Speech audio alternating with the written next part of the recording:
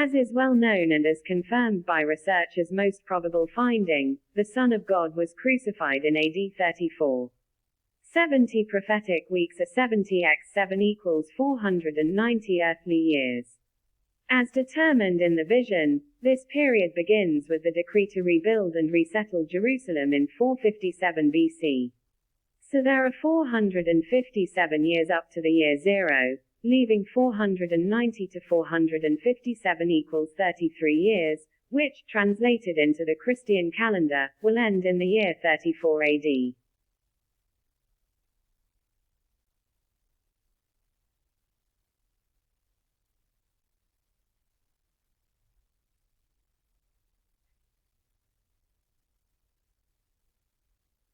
William Miller discovered the starting point of Daniel's vision by looking at the end point, the year of Christ's crucifixion at age 33. By subtracting 33 years from the 490 years, he arrived at 457 BC and thus discovered Emperor Artaxerxes' decree as the special condition for the city's reconstruction and for the time prophecy to begin. It is consummated. John 19:30 were Christ's last words before passing away, which can be taken as confirmation that Daniel's vision of the 490 years ended with his death.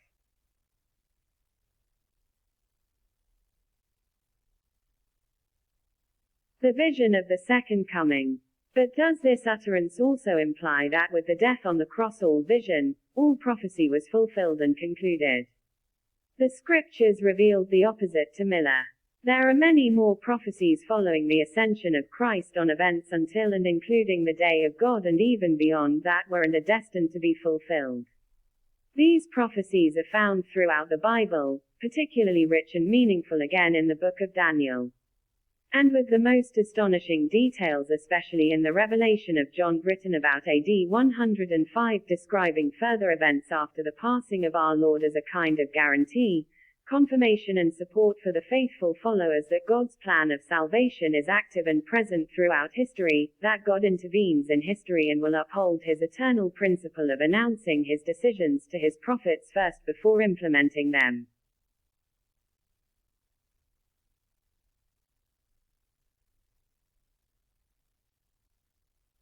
The destruction of the temple.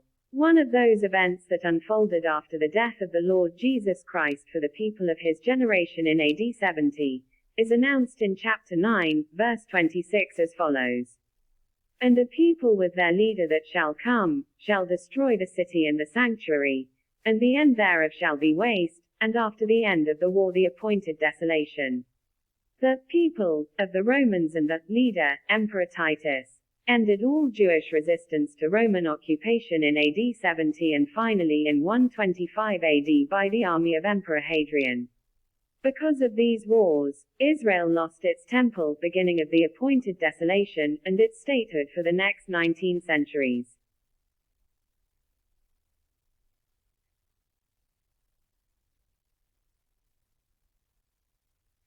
The year of Christ's return. If chapter 9 predicts the end of Israel as a state, wouldn't it be equally reasonable to assume that the founding of Israel, which has been a fact today since 1948, might also be announced in the Bible? And that is indeed the case and part of the developments connected with the Second Advent. For William Miller, chapter 9 and the precise date of Messiah's revelation was the absolute proof, the compelling reason to believe that Christ would also appear in the second coming on an exact date.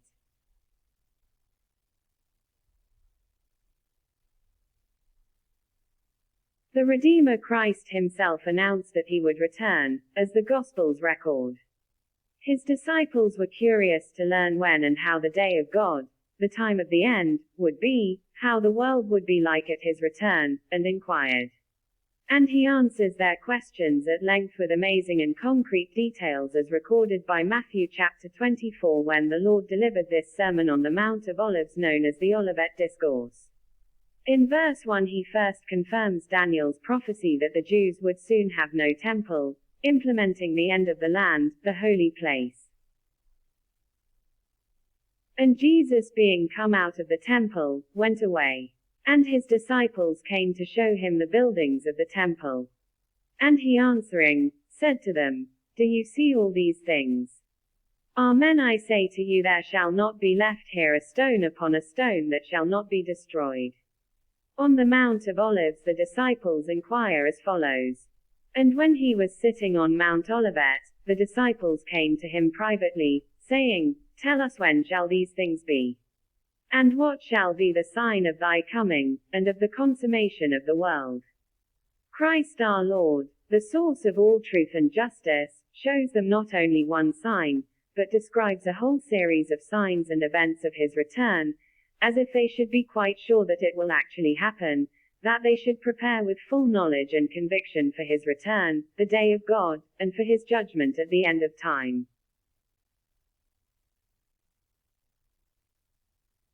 One note from Jesus to his disciples, to all of us, is particularly critical for the calculation of the second advent when he explicitly mentions the book of Daniel and his prophecy of the abomination of desolation.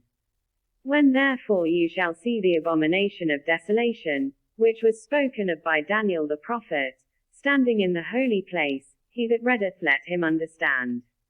This expression, abomination of desolation, is found in Daniel chapter 17 and chapter 8. In chapter 8 as follows. Then I heard one saint speaking, and another saint said unto that certain saint which spake, How long shall be the vision concerning the daily sacrifice, and the transgression of desolation, to give both the sanctuary and the host to be trodden under foot? And he said unto me, Unto 2,300 days, then shall the sanctuary be cleansed. So he came near where I stood, and when he came, I was afraid, and fell upon my face. But he said unto me, Understand, O Son of Man, for at the time of the end shall be the vision.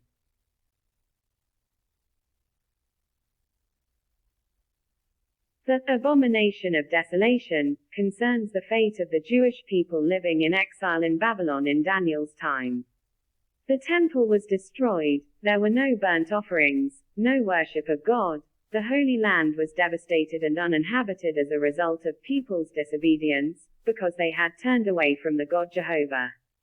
But God is full of grace, full of love and full of forgiveness, as documented by the concern and question of the saint, the angel of God in Daniel's vision. How long will the sanctuary, the place of worship of God, Jehovah's temple, remain destroyed? How long must the people who believe in the one true God and his prophets suffer and endure the calamities of exile, the humiliations of enslavement in a pagan state? How long will the sanctuary and the host, another name or expression in the Bible for the Holy Land, be without its people, the believers, and will therefore remain trampled underfoot?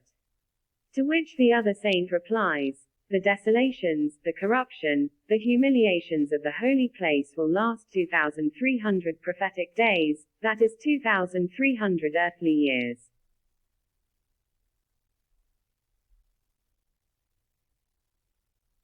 As we learn and understand from this divinely revealed vision, the Jewish people, representing the people of God, the faithful believers, are given a second chance to be saved as God's elect, both physically on earth, by returning to the Holy Land, as the country of Israel and as a condition of faith and worship, as well as saved, redeemed, and sanctified souls after death.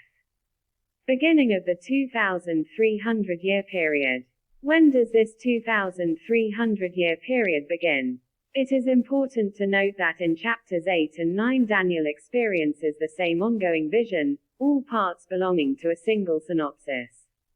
For this reason the starting point of the 2,300 years until the second coming is the same as the starting point for the Lord's appearance in the first advent, the decree of 457 BC for the complete restoration of Jerusalem.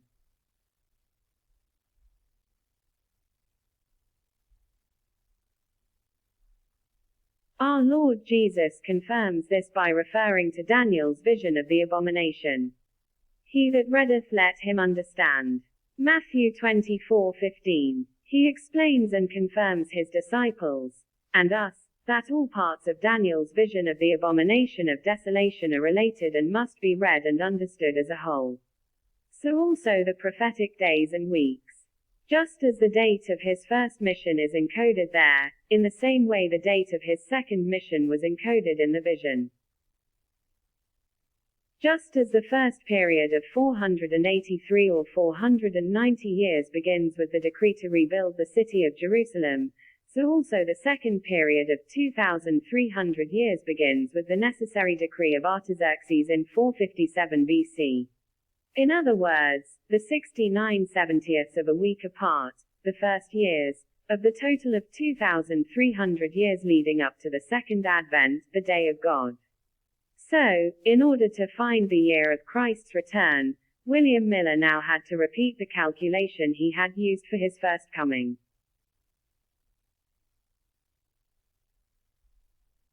From 457 BC to the year 0, 457 years have passed. Of the total 2,300 years thus remains. 2300,457 equals 1843 years. The Bible informs us that after 2,300 years the year of Christ's return was and is 1843 AD. And this is according to the Christian calendar, which starts with the year 1 AD, CE, Christian era. 1843 plus 1 AD. The year, 1844 AD.